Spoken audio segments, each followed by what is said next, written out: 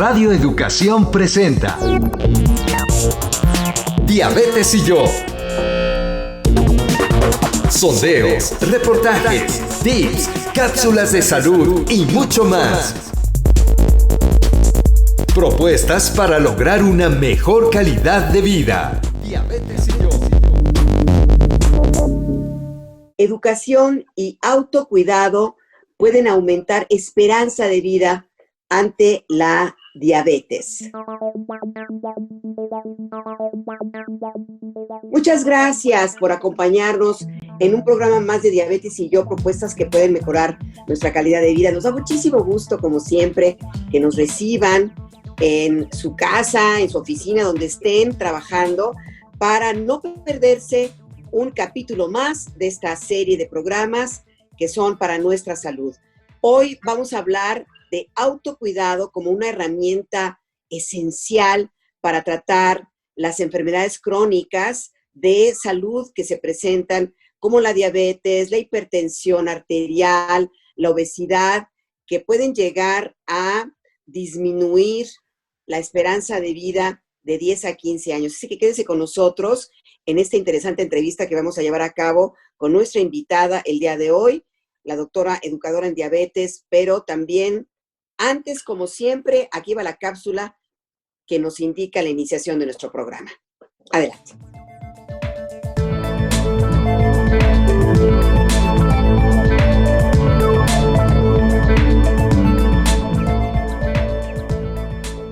El autocuidado puede ser definido como la práctica de la persona en desarrollar acciones en su propio beneficio, en el mantenimiento de la vida, salud y bienestar, dejando de estar pasivo en relación a los cuidados indicados por los profesionales de la salud.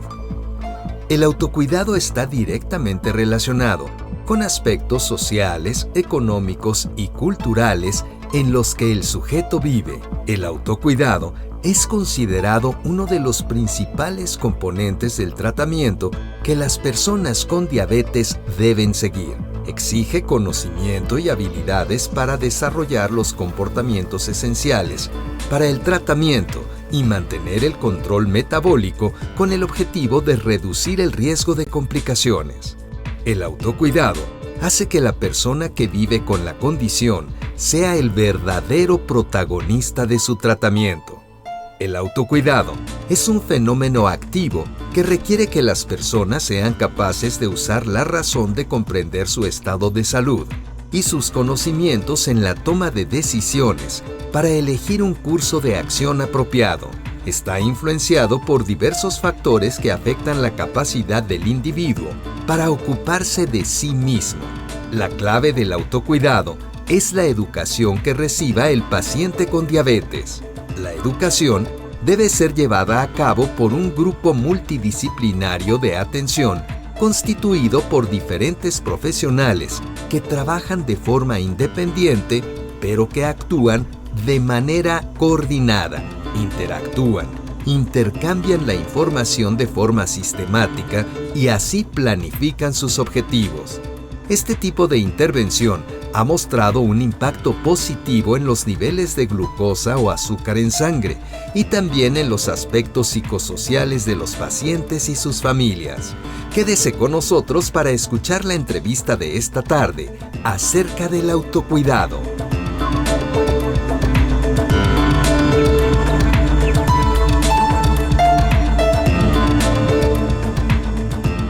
Muchas gracias, amigas, amigos, por acompañarnos en esta emisión de Diabetes y yo.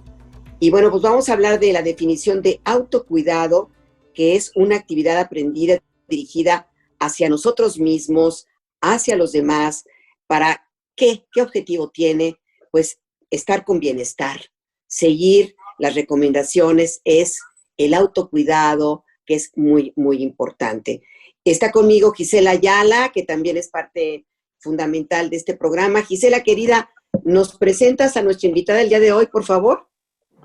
Muchas gracias, Maru, y muchas gracias a nuestros radioescuchas por acompañarnos como cada viernes al mediodía y poder escucharnos también en las redes sociales de Radio Educación, Radio Tradicional, redes sociales tienen múltiples oportunidades de escuchar este programa. Y como bien decías, vamos a hablar de autocuidado porque cuando se trata de diabetes o hipertensión, incluso obesidad, como ya lo comentabas, el grueso de las acciones para mantener nuestras condiciones lo mejor posible radica en las personas, en los pacientes. Entonces, por eso es tan importante esta tarde, Maru, tener la presencia de la doctora y educadora en diabetes certificada Marta Rangel. La doctora es especialista en medicina familiar, adscrita a la Unidad Médica Familiar 62 del IMSS, cuenta con maestría en Administración de Hospitales y Salud Pública, así como en Educación y Docencia. La maestra Marta Rangel es vocera de la Federación Mexicana de Diabetes AC. Marta, bienvenida. Muchísimas gracias a ambas por la invitación a participar en su programa. Sí, además ya eres conocida por nuestros radioescuchas y más ahora si te ven en el Facebook. Esa carita la conozco.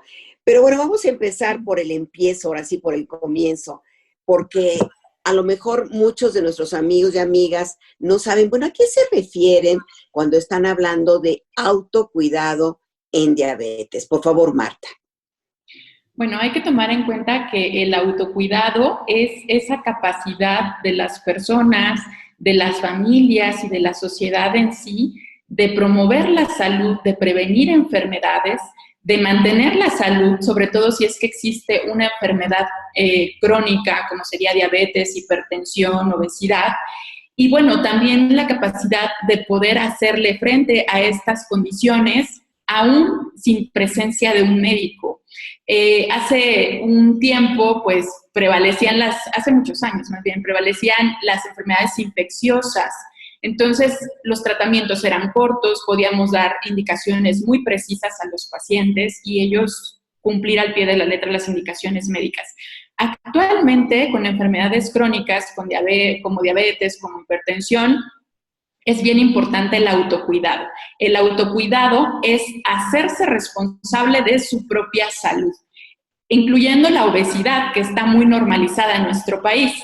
A veces llegan, por ejemplo, los niños con peso normal al consultorio y la familia busca que pues, se le atienda porque tiene peso bajo, pero en realidad es un niño que está en un ambiente obesogénico y que al final del día, pues lo que busca la familia es que tenga las mismas características que el resto de los miembros de la familia. Entonces, tenemos que hacer conciencia de que la obesidad también es una enfermedad, que de hecho es la madre de la diabetes, de la hipertensión y de algunos tipos de cáncer. Entonces, cuando hablamos de autocuidado, es bien importante que las personas estemos empoderadas, que podamos tener o desarrollar habilidades y destrezas que nos permitan tomar decisiones informadas en el día a día, en todo lo que concierne en relación a nuestra salud. Nuestros horarios de comida, el tipo de ejercicio que voy a hacer. Es importante considerar todas estas situaciones que van a favorecer un adecuado estado de salud en las personas.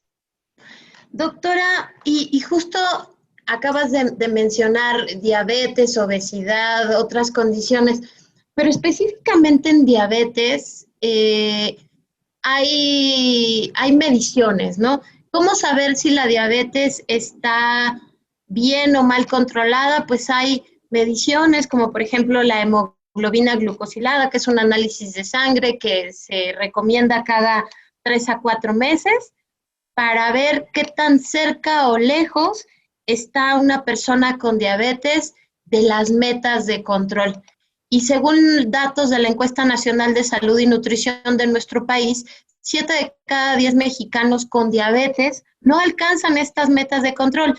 Y pues no se trata nada más de llegar a una meta, sino lo que significa. Y en diabetes, estar cerca de las metas de control significa prevenir complicaciones. En tu experiencia como médico y como educador en diabetes, ¿qué tiene que ver estas cifras o esta falta de números positivos en cuanto a metas de control con el autocuidado? Si bien no existe algún estudio que se haya hecho aún en nuestro país que diga, tanto porcentaje de mexicanos llevan cierto autocuidado, el hecho de que tengamos cifras tan elevadas de descontrol, tanto en diabetes como en hipertensión, porque en hipertensión estamos en la misma situación, hablan de que no existe el autocuidado como tal. Realmente hay hemos descuidado esa parte de la medicina preventiva en donde tenemos que identificar esos focos rojos. Como decías, en diabetes anteriormente había un enfoque muy glucocéntrico. Si bien hay que tener ciertas metas de control, bien lo decías, la hemoglobina glucosilada representa el promedio de la glucosa del paciente en los últimos 3 meses, y entonces el paciente podría multiplicar cuánto tiene de hemoglobina glucosilada por 28 y de esa forma sacar la cantidad, la cifra de glucosa que prevaleció durante esos últimos 3 meses. Entonces, si estamos hablando, por ejemplo, de que un paciente tiene 11 de hemoglobina glucosilada, cada 1% son 28 miligramos de glucosa. Estamos hablando que ese paciente tendría 308 de promedio de glucosa en los últimos 3 meses. Entonces, la hemoglobina glucosilada es una buena medición para darnos cuenta de cómo está nuestra glucosa, y se habla de control cuando está por debajo del 7%. Dependiendo de las escuelas, tenemos una que es más estricta que dice, no, tiene que estar abajo de 6.5%. Sin embargo, esta meta se tiene que establecer en conjunto el paciente con su médico, ver qué es lo más saludable para el paciente, determinar, pero sí tiene que estar por debajo del 7%. Las cifras de glucosa también, muchos pacientes que viven con diabetes piensan que solamente se debe de medir la glucosa en ayunas, y no es así. Se tiene que medir antes de los alimentos, antes de desayunar, comer, cenar a las 3 de la mañana, y 2 horas después de los alimentos, contando el tiempo desde el primer bocado. Entonces, 2 horas después de desayunar, de comer, de cenar, y un paciente que está bien controlado antes de los alimentos debe de estar por debajo de 130 miligramos por decilitro, y 2 horas después de los alimentos por debajo de 180 miligramos por decilitro. Y bueno, ese es el enfoque solamente a glucosa. Actualmente sabemos que debe de haber muchos otros factores que deben de formar parte del control de un paciente con diabetes. Es importante el peso. 8 de cada 10 personas que viven con diabetes tipo 2 al diagnóstico tienen algún grado de sobrepeso o obesidad. Entonces, es importante reducir por lo menos un 5 a un 10% del peso corporal que se tiene. Es decir, si yo peso 100 kilos y me acaban de diagnosticar con diabetes, por lo menos tengo que bajar 5 kilos. Si puedo bajar 10, fabuloso. Si en el camino bajo más, padrísimo, porque, bueno, mientras menos peso haya, pues el cuerpo aprovecha mejor la insulina, hay un mejor control, además, independientemente de la diabetes, pues menos desgaste de articulaciones, muchas cosas que benefician el metabolismo bajo. Hay que estar conscientes que cuando tenemos sobrepeso, obesidad, el tejido graso ya está. El tejido graso, si bajamos de peso, se hace chiquito. Y entonces, si yo descuido o suelto mi buen estilo de vida, ese tejido graso va a volver a regresar a tamaño normal. Por eso es que la gente con sobrepeso, obesidad sube y baja a lo largo de la vida. Pero si baja el 10% del peso que tiene al momento del diagnóstico, tiene que preocuparse por no volverlo a recuperar jamás, ese 10%. Y eso va a mejorar mucho su metabolismo. También tenemos que tomar en cuenta los niveles de grasas. Los triglicéridos tienen que estar por debajo de 150 miligramos por decilitro, el colesterol por debajo de 200 miligramos por decilitro. Tenemos el famoso colesterol bueno, que si ustedes lo ven en sus exámenes de laboratorio, aparecen como colesterol HDL. HDL es el colesterol bueno, ese tiene que estar por arriba de 50 miligramos por decilitro. Y luego hay otro colesterol que es el LDL, que es el colesterol que conocemos como malo, que tiene que estar por debajo de 100 miligramos por decilitro. Y aquellas personas que tienen antecedente de alguna enfermedad en el corazón tienen que esforzarse por llevarlo abajo de 70 miligramos por decilitro. También es importante, además de las grasas en la sangre, ya decíamos, reducir el tamaño de la cintura. A mayor grasa abdominal, mayor resistencia a la insulina. Entonces, es importante reducir el tamaño de la cintura. Las mujeres deberíamos de tener menos de 80 centímetros de cintura, los hombres menos de 90 centímetros de cintura, hablando de población mexicana. Y bueno, todas estas cosas forman parte de la evaluación cuando estamos hablando metabólicamente del paciente. Tenemos que vigilar el riñón, bien dijeron al inicio, lo que buscamos con el autocuidado es la reducción o el retraso en la aparición de las complicaciones. Entonces tenemos también que tener una valoración de ese riñón por lo menos una vez al año. Obviamente pacientes que ya tienen descenso de la función renal, ya el médico determinará si es necesario valorar cada 6, cada 3 meses. También es importante la valoración oftalmológica una vez al año, la evaluación por el dentista cada 6 meses, la valoración por el cardiólogo una vez al año. Todo esto forma parte del control y del autocuidado del paciente que vive con diabetes. Entonces son cosas que no debemos de perder de vista y se tienen que llevar a cabo.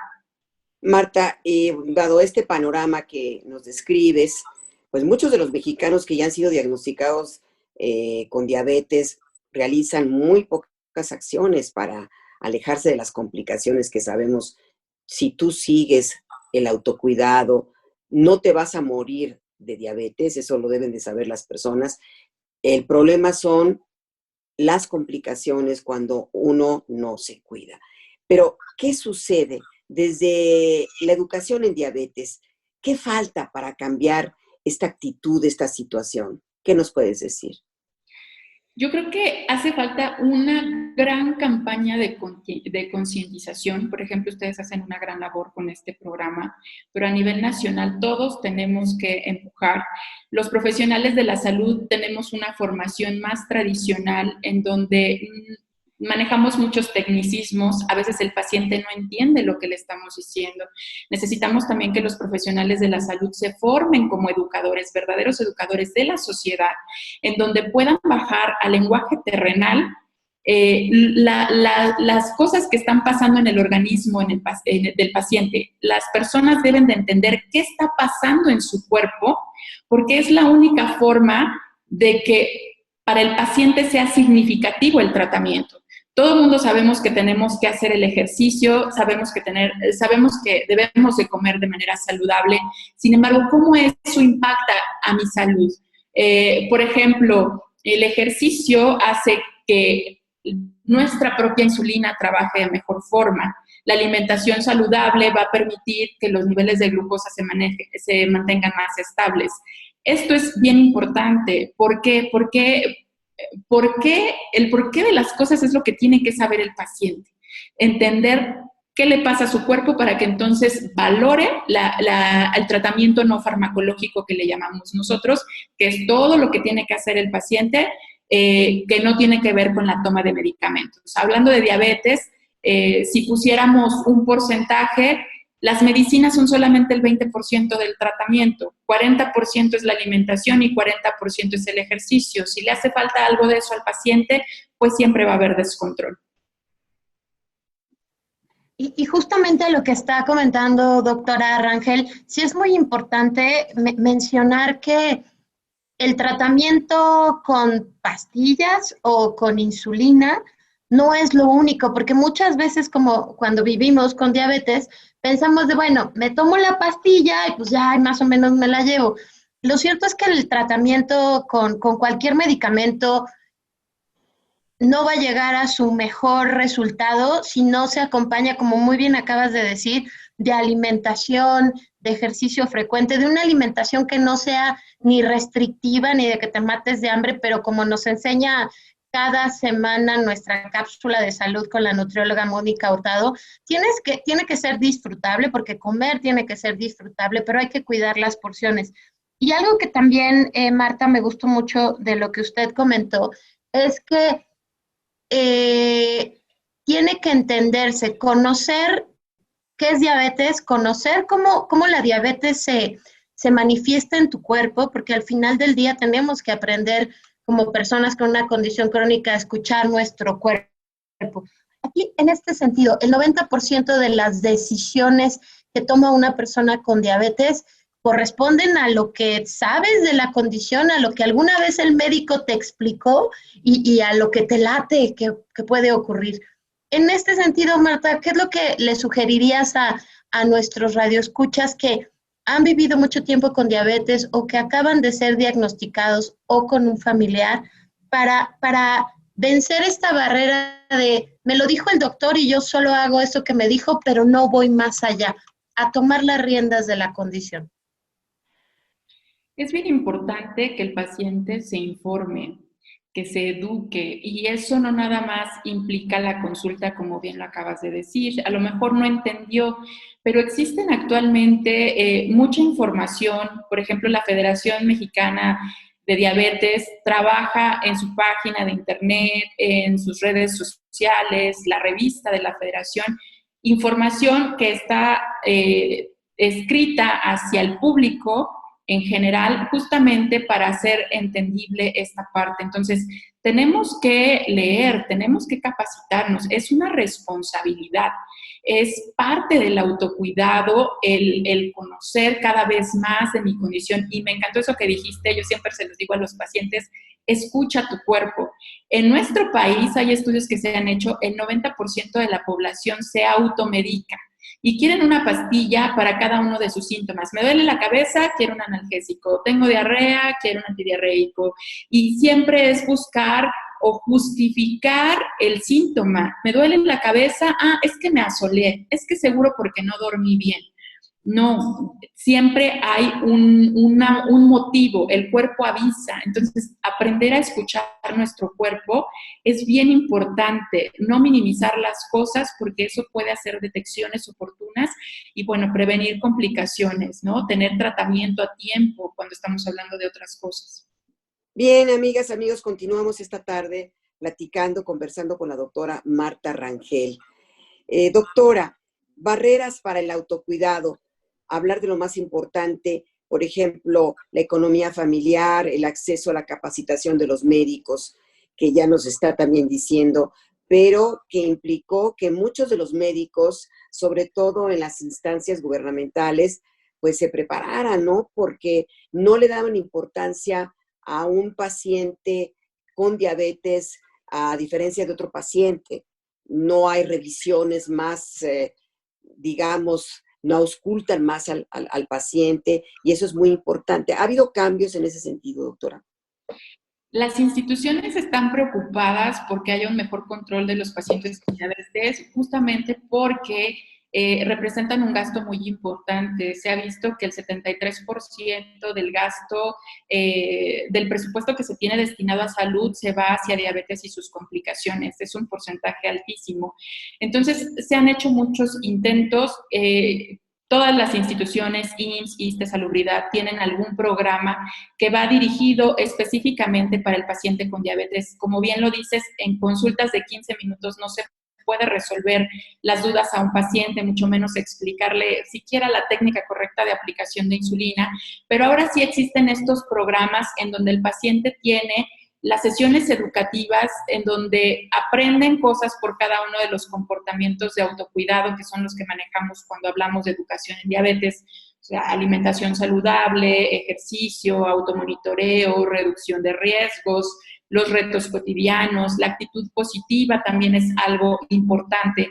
En estos pacientes, los pacientes que viven con diabetes, es muy importante ver en qué fase del duelo están, porque un paciente que no reconoce que tiene una condición crónica va a ser imposible que inicie un programa educativo. Entonces, yo creo que lo que hace falta en ese tipo de programas es primero la valoración emocional y tratar de sacar al paciente, a lo mejor tiene un duelo no resuelto, cuando ya tardó más de un año en reconocer que vive con diabetes y que realmente necesita empezar a trabajar por esa diabetes. Tenemos pacientes de 10 años en la consulta que dicen, no, pues yo vengo porque usted dice que tengo diabetes, pero yo me siento bien.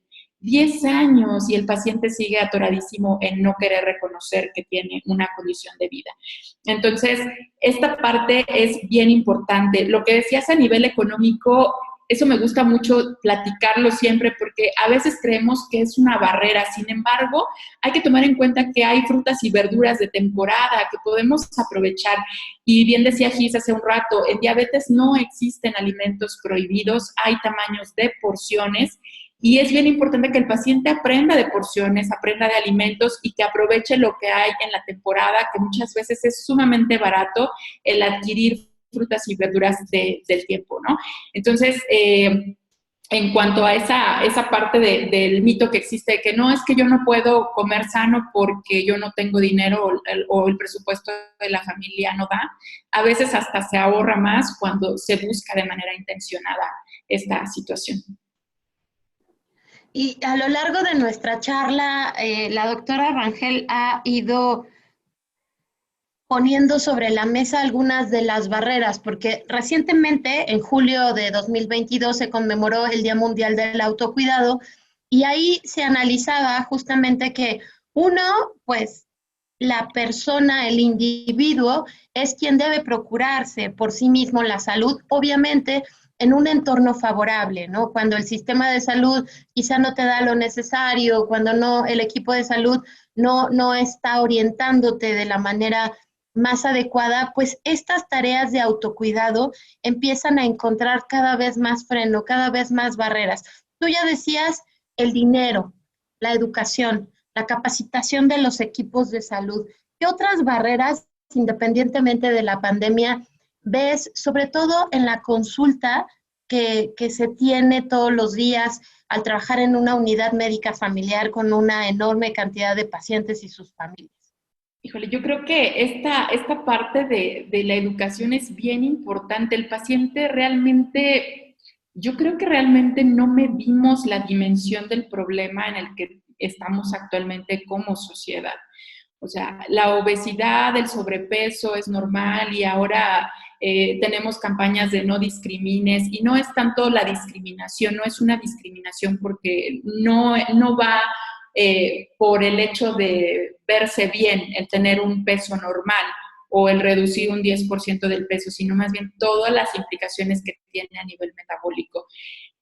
También es importante, otra de las barreras que yo veo es en el caso de las unidades que no llegan a contar con un programa que esté dedicado para el paciente con diabetes, en los consultorios, ya decía, consultas de 15 minutos es muy complicado.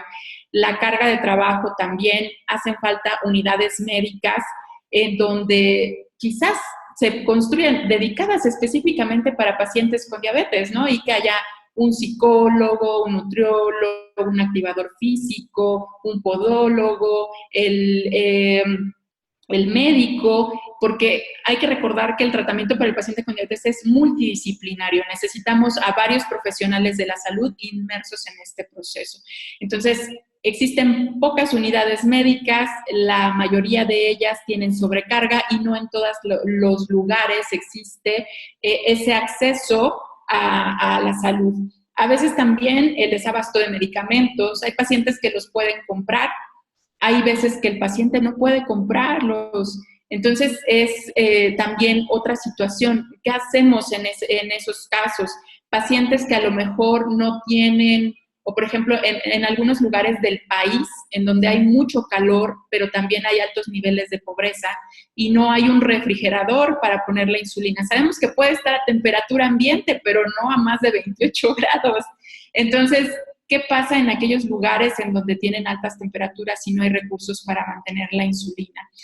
Es un panorama difícil ante el manejo de la diabetes. En algún congreso que fuimos a Puebla, nos decía un doctor, dice, es que la gente no tiene dinero, o come o compra jeringas de insulina, no tienen refrigerador. Entonces, es también para el profesional de la salud, a lo mejor puede ser que esté capacitado, pero si no hay los recursos, igual seguimos atados de manos. ¿Y qué podemos decir de la pandemia, que también marcó un desafío, doctora, extra, ¿no? ¿Cuáles han sido las principales repercusiones? Por ejemplo, si estamos hablando del autocuidado con esto del encierro, de que se cerraron muchos lugares, de que la gente estuvo también, pues, mucho más sedentaria, no saliendo de su casa, en muchos de los casos con pretexto también de la pandemia. Claro, la pandemia nos hizo evidente el problema que ya existía. En las clínicas vemos muchos pacientes que dicen, no, es que yo no me puedo cuidar porque pues es que mi trabajo, y es que mi trabajo, y es que me paro muy temprano y me voy a trabajar y regreso muy noche y entonces yo no puedo. Pero resulta que viene la pandemia, tienen una condición crónica, entonces para resguardarlos y protegerlos se van a sus casas y entonces no hay autocuidado, se desordenaron los horarios de comida, aumentaron las horas de sueño, aumentó el consumo de alimentos procesados, realmente se vio afectada. A veces traemos cierta dinámica ya con el trabajo, los hijos, todo lo que hay que hacer, y todo eso se perdió. Ahorita hemos visto que el 70% de los mexicanos son sedentarios, incluyendo los niños en edad escolar. Es realmente preocupante. Los niños y los adolescentes deberían de hacer por lo menos 1 hora de ejercicio 5 días a la semana, porque ellos tienen resistencia a la insulina de manera fisiológica, están creciendo y la hormona del crecimiento es una hormona que actúa en contra de la insulina, es como una lucha ahí de poder.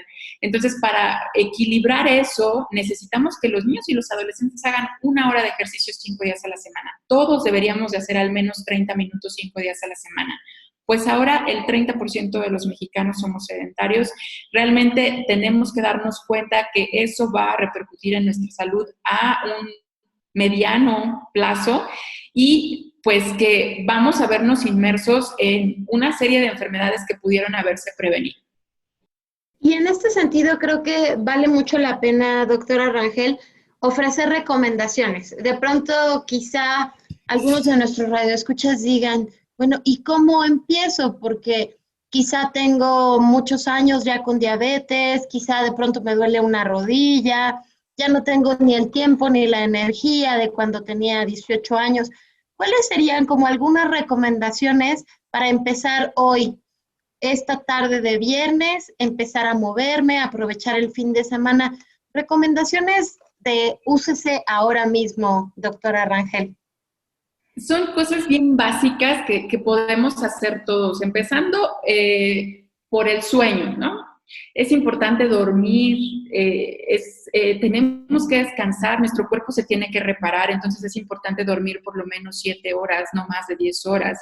También es importante retomar nuestros horarios de nuestros alimentos, desayunar, comer y cenar a nuestra hora.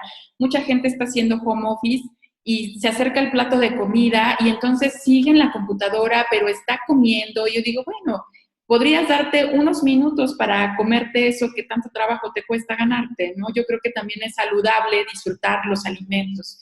Elegir alimentos de buena calidad, evitar los alimentos que son procesados, los alimentos que vienen empacados, las bebidas azucaradas, enamorarse del agua natural, es bien importante tomar agua natural suficiente. También de la realización del ejercicio, siempre me gusta poner el ejemplo, tengo un paciente que es taxista, ellos son muy sedentarios, la mayoría, entonces él dice que cuando está en la base, él está en la banqueta caminando. Pueden bajar una aplicación de cuentapasos. Actualmente muchos teléfonos ya traen el cuentapasos integrado.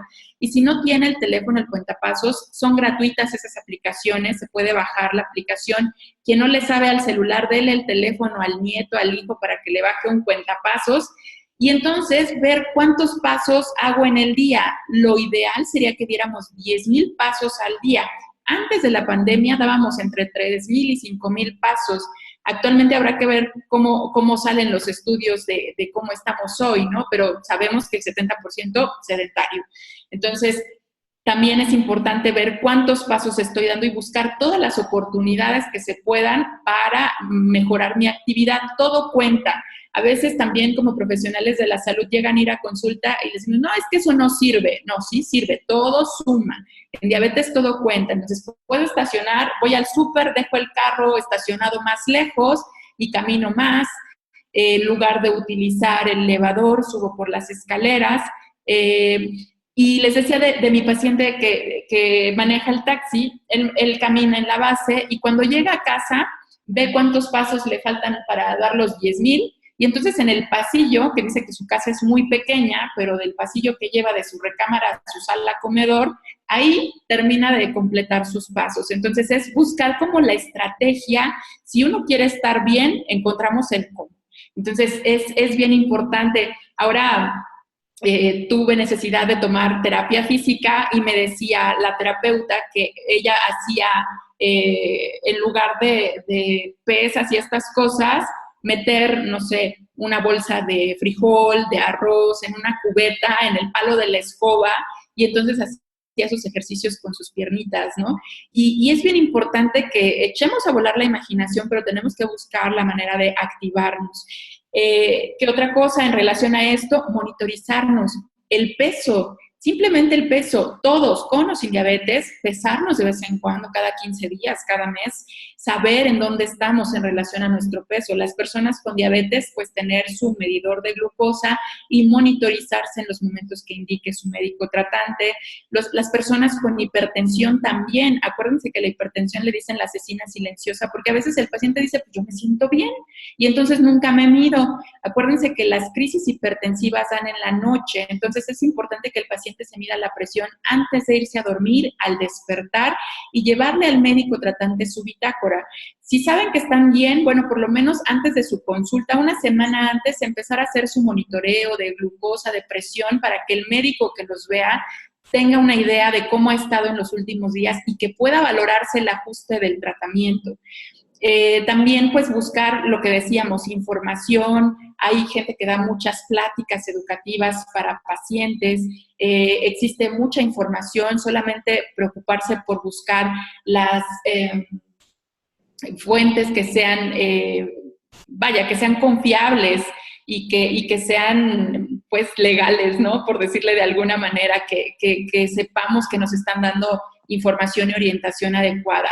Las toxicomanías, que le llamamos en medicina, son las adicciones. Reducir o evitar el tabaquismo. Se ha visto que un solo cigarro disminuye de manera importante el efecto tanto de medicamentos para diabetes como para hipertensión. Entonces es importante evitar el tabaquismo, evitar el consumo del alcohol. Hagan de cuenta, a veces dicen, no, pues es que esto va solo y entonces no tiene azúcar, ¿no? Pero resulta que el alcohol sí tiene azúcar, termina convirtiéndose en el cuerpo en azúcar de alguna u otra forma por el metabolismo del alcohol. Entonces estamos hablando que una copita de destilado, o sea, estamos hablando de 60 mililitros, es el equivalente a 2 tortillas, la energía de 2 tortillas. Tengo un paciente que me decía, bueno, es que me tomo una botella de brandy cada semana. O sea, hicimos la cuenta, son 48 tortillas en una sentada, ¿no? Por tomarse una botella de alcohol. Las cervezas es el equivalente a 3 tortillas, haciendo el equivalente en energía, para que me entiendan. Entonces, quitarse obviamente esto. Gente más joven, actualmente hay mucha gente consumiendo sustancias que no son legales. También es importante, pues, evitar el consumo de drogas. También dentro del autocuidado, la higiene personal, eso es importantísimo. Baño todos los días, corte de uñas, el cambio de ropa, la ropa limpia. Es importante también la higiene en nuestras casas, y más ahorita con la pandemia, que pasamos tanto tiempo dentro de casa y a veces estamos todos los miembros de la familia, pues es importante también la higiene en la casa. Y si ya estamos trabajando o estamos haciendo home office en casa, también son importantes las pausas activas a lo largo de nuestra jornada laboral. Levantarnos, hacer ejercicios, ya hay mucho en internet. Podemos hacer movimientos desde cuello, porque hay gente que está todo el día en la computadora, o si ya llevo muchas horas sentado, bueno, me paro, camino. Es importante hacer las pausas activas. Son cosas bien sencillas y pareciera que todos las conocemos, sin embargo, se nos olvida. Y otra cosa muy importante también es el uso correcto de nuestros medicamentos. Es importante, una cosa es lo que sale en la receta y otra cosa es lo que termina haciendo el paciente. Si tengo una condición crónica y me están prescribiendo un medicamento, es importante que lleve mi tratamiento. Si estoy teniendo efectos secundarios, tengo que comentarle a mi médico para que se haga el ajuste pertinente, pero no suspender el tratamiento. Tenemos muchos pacientes que suspendieron por meses, tanto antihipertensivos como antidiabéticos orales, insulinas, y están viéndose toda esa repercusión ahora. Y pues preferentemente evitar el uso de productos milagros. Ya sabemos que no existe una pastilla, un polvo o nada mágico que vaya a corregir lo que a nosotros nos corresponde hacer. Cosas bien sencillas, como todo esto que acabo de mencionar, que es lo que implica el autocuidado. Bien, pues muchas gracias, Marta. Raquel, vamos a nuestra sección de glosario para los términos, que en esta ocasión no ha sido como muy necesario porque ha sido muy clara, muy transparente. En los términos han sido muy, muy claros. Bueno, vamos con nuestro glosario y regresamos. Glosario, para conocer los términos médicos.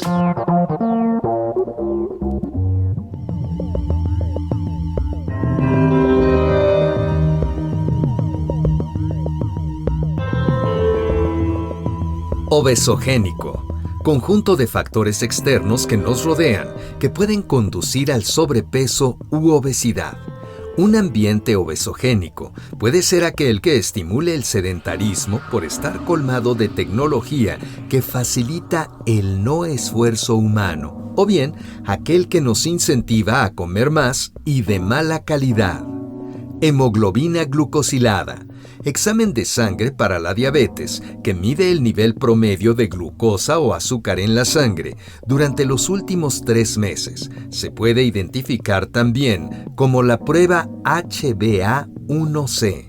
Medicina preventiva, especialidad médica encargada de la prevención de las enfermedades, basada en un conjunto de actuaciones y consejos médicos. Salvo excepciones, es muy difícil separar la medicina preventiva de la medicina curativa, porque cualquier acto médico previene una situación clínica de peor pronóstico. Enfoque glucocéntrico. Tratamiento que únicamente busca que los niveles de glucosa en sangre se encuentren en los rangos adecuados, sin tomar en cuenta otros factores como peso, presión arterial, etc. Colesterol HDL, también conocido como colesterol de alta densidad o colesterol bueno, recoge el exceso de colesterol en la sangre y lo lleva de vuelta al hígado, donde se descompone y se elimina del cuerpo. Colesterol LDL es de baja densidad o colesterol malo. En ocasiones puede acumularse dentro de las paredes de los vasos sanguíneos y estrechar los pasajes. Toxicomanías, hábito de consumir drogas del que no se puede prescindir o resulta muy difícil hacerlo por razones de dependencia psicológica o incluso fisiológica.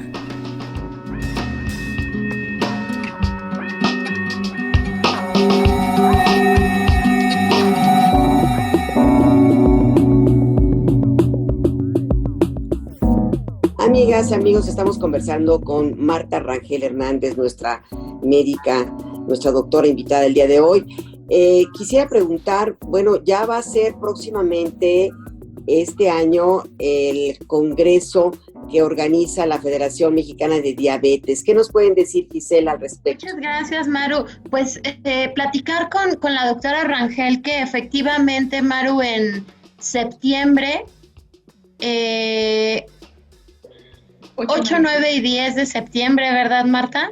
8, 9 y 10 de septiembre en Guadalajara, Jalisco, en el Hotel Fiesta Americana Guadalajara, tendrá lugar el Congreso Nacional de Diabetes después de un par de años de que no se logró realizar este congreso, y pues con novedades, Marta y Maru, porque además del evento presencial que ocurrirá en Guadalajara, como les comentaba, también por primera vez en la historia de la federación, en más de 30 congresos nacionales, se va a tener un formato virtual, y esto quiere decir que se va a poder presenciar el congreso en vivo a través de internet. Y aquí también un regalo de parte de la federación, porque las personas que asistan al congreso, al programa educativo que va dirigido a que las personas con diabetes aprendan a cuidarse, aprendan más de su condición, ese programa educativo virtual no tendrá costo. Es decir, que puede entrar cualquier persona interesada en diabetes sin costo alguno. La página para ingresar, para registrarse, es congresodediabetes.org. Ahí vienen los programas. Los profesionales de la salud tendrán su propio programa, se llama Científico. El programa Científico también tiene modalidad virtual, también tiene modalidad presencial, y vale la pena señalar, antes de pasarle el micrófono a la doctora Rangel para hablar de los temas que están muy buenos, es mencionar que por COVID, por protección y evitar los contagios, el aforo va a ser solamente de 500 personas en en el Fiesta Americana Guadalajara. Únicamente 500 personas podrán estar ahí, por lo que les sugerimos que entren rápidamente a congresodediabetes.org y si quieren ir presencialmente a Guadalajara, hagan ya todos los trámites necesarios para poder estar allá. Pero si no logran o si no pueden trasladarse, no quieren trasladarse, pueden atender el Congreso de manera virtual. Marta, desde la óptica de un médico, ¿cuáles son los programas, los temas del programa más destacados? Pues bueno, es realmente el evento esperado, este congreso que hace la Federación Mexicana de Diabetes, tanto para los pacientes como para los profesionales de la salud. En el caso de los profesionales de la salud, siempre tenemos actualizaciones en relación a medicamentos. Actualmente, el impacto de la COVID-19 en las personas que viven con diabetes y bueno, e incluso todos estos estudios que se han hecho y que se ha visto, al inicio decían, no, pues es que COVID no causa diabetes, actualmente sabemos que es una enfermedad inflamatoria que inflama tanto que también puede afectar al páncreas, entonces todo esto van a encontrar en el Congreso de la Federación y pues para los pacientes realmente es muy enriquecedor porque siempre el trabajar con grupos de pacientes, con otras personas que están viviendo la condición y el compartir conocimiento, el estar con sus pares realmente es una experiencia muy, muy bonita para los pacientes. Entonces, dense la oportunidad, los esperamos a todos en el Congreso, profesionales de la salud, hay que seguirnos capacitando, tenemos que aprender a desarrollar esas herramientas que necesitamos para verdaderamente educar a nuestros pacientes, que nuestros pacientes entiendan, que hablemos el mismo lenguaje para que esto verdaderamente impacte en sus vidas y pues en su estado de salud. ¿Y va a haber una, digamos, como tema nodal que sea, porque Gisela, cada vez que se hace este congreso, luego se hace cierto hincapié en algunos temas para que nos queden como más claros? Sí, para este año 2022, la Federación Mexicana de Diabetes quiere dar seguimiento al tema del Día Mundial de la Diabetes, que desde el año pasado y hasta 2023 será acceso al cuidado de la diabetes y tiene que ver con justo los temas que acaba de mencionar Marta. Las personas con diabetes requieren hoy mismo tratamiento completo, pero no solamente es necesario contar con insulinas y medicamentos que son indicados por el médico y surtidos por las farmacias del sistema de salud, sino que realmente las personas con diabetes los utilicemos bien. Hemos escuchado muchas historias en el diplomado de la Federación Mexicana de Diabetes en las que los médicos nos cuentan cómo revisaron por primera vez después de muchos años la técnica de inyección de insulina de su paciente y se dieron cuenta que los niveles del paciente seguían muy elevados, los niveles de azúcar en sangre seguían muy elevados porque no se estaba inyectando, porque marcaba en la jeringa el número de unidades, pero no lo inyectaba de manera adecuada. Entonces, cosas tan pequeñas hacen que el tratamiento completo contemple educación en diabetes para el profesional de la salud que sepa explicar, guiar, orientar y acompañar, y para las personas con diabetes que al final del día, aunque la doctora Rangel fuera mi médico y me supereduque y me recomiende, que lo va a hacer en la intimidad de mi casa, voy a ser yo. Entonces, creo que ese es como lo maravilloso de los congresos y del trabajo de educación en diabetes que hay para ambos integrantes de este círculo virtuoso que debería ser el cuidado de la diabetes. Y también me parece que es muy importante porque se va a hablar de salud mental, se va a hablar de alimentación, se va a hablar de insulina, porque esto que yo comentaba, este año van a ser 101 años del descubrimiento de la insulina y todavía no está al alcance de todas las personas que la requieren.